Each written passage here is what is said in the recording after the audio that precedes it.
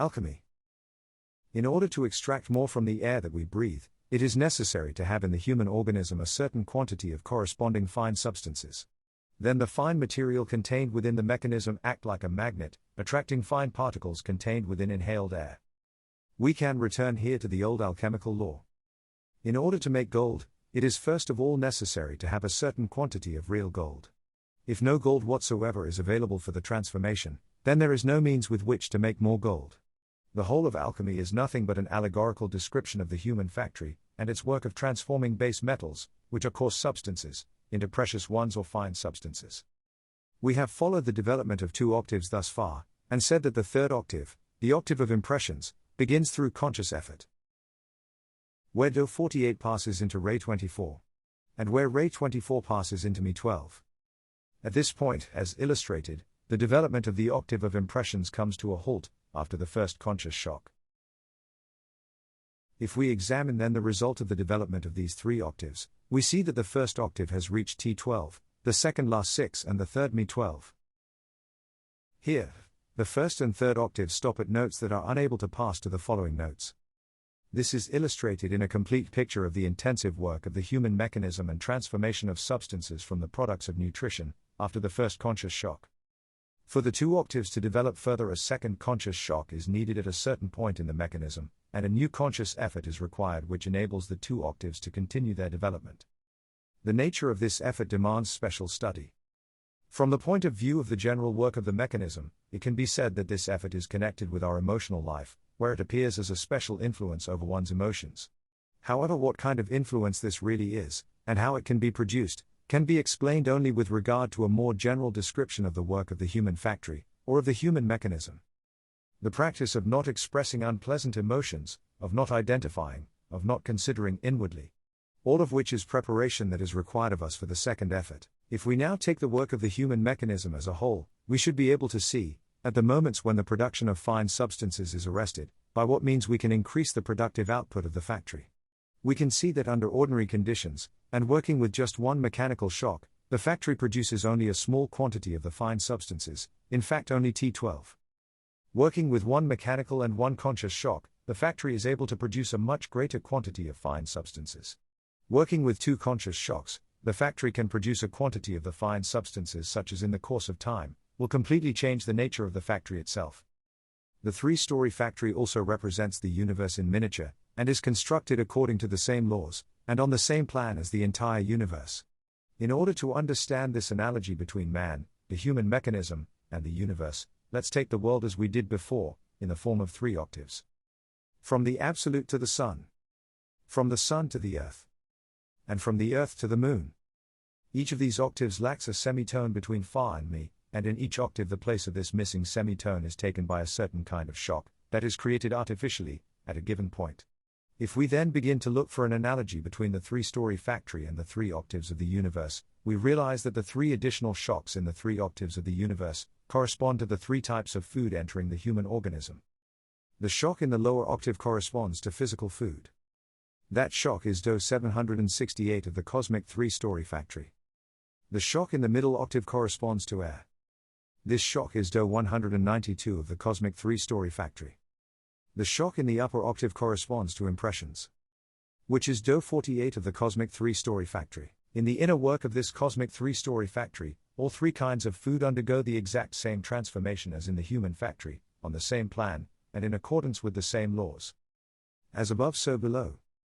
A further study of the analogy between man and the universe is only possible after an exact study of the human mechanism, and after the respective places for each of the hydrogens in our mechanism have been established. This means that to proceed further we must find the exact purpose of each hydrogen. That is to say, each hydrogen must be defined chemically, psychologically, physiologically and anatomically. In other words, its functions and place in the human mechanism must be identified. Then, if possible, the peculiar sensations connected with it must all be defined. The study of the work of the human mechanism as a chemical factory shows us 3 stages in the evolution of the human machine.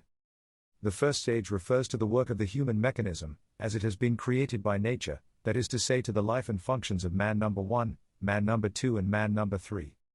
The first octave, which is the octave of food, develops in a normal way up to Mi 192.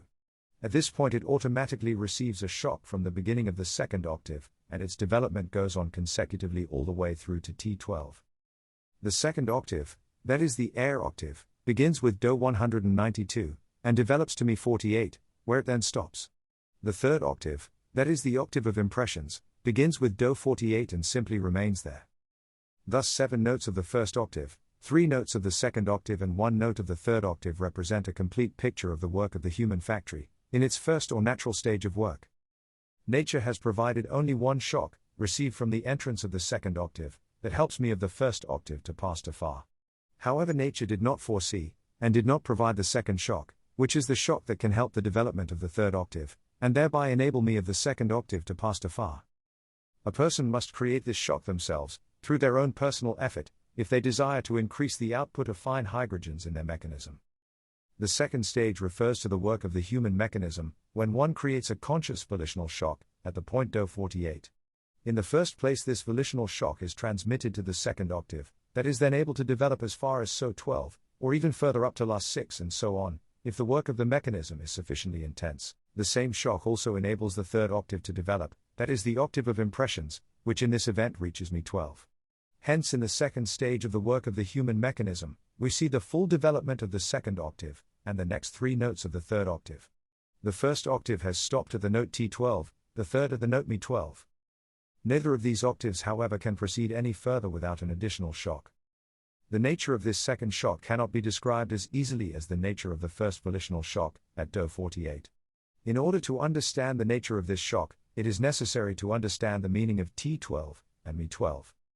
The effort that creates this shock must consist of work on our emotions, in the transformation and transmutation of emotions. This helps the transmutation of T12 in the human organism. No serious growth, no growth of higher bodies, within our organism is possible without it. The idea of this transmutation was known to many ancient teachings, as well as to some comparatively recent ones such as the alchemy of the Middle Ages. However, alchemists spoke only of this transmutation in allegorical form, of the transformation of base metals into precious ones. In reality, what they actually meant was the transformation of coarse hydrogens into finer hydrogens in the human mechanism, chiefly of the transformation of Mi 12. If this transformation is attained, then one can be said to have achieved what they were striving for, and it can also be stated that until this is attained, all results achieved can be lost, because they are not fixed in us in any way. Furthermore, they are attained only in the spheres of thought and emotion. Real objective results can be obtained only after the transformation of Mi 12 has begun. Alchemists who spoke of this began directly with it. They knew nothing, or at least they said they knew nothing, about the nature of the first volitional shock. It is upon this, however, that the whole transformation depends. The second volitional shock, and transmutation it triggers, becomes physically possible only after long practice of the first volitional shock. It consists of self-remembering, and in observing the impressions received. On the way of the monk and on the way of the fakir, work on the second shock begins before work on the first shock. However, as Mi 12 is created only as a result of the first shock, then work in the absence of any other material has out of necessity to be concentrated in this case upon T12, and this often gives the wrong results. Right development on the fourth way must begin with the first volitional shock, and then pass to the second shock at Mi 12. The third stage in the work of the human mechanism begins when one creates in themselves a conscious second volitional shock, at the point Mi 12, where the transformation or transmutation of these hydrogens into higher hydrogens begins. The second stage and the beginning of the third stage refer to the life and functions of man number 4. A fairly considerable period of transmutation and crystallization is needed after this, for the transition of man number 4 to the level of man number 5.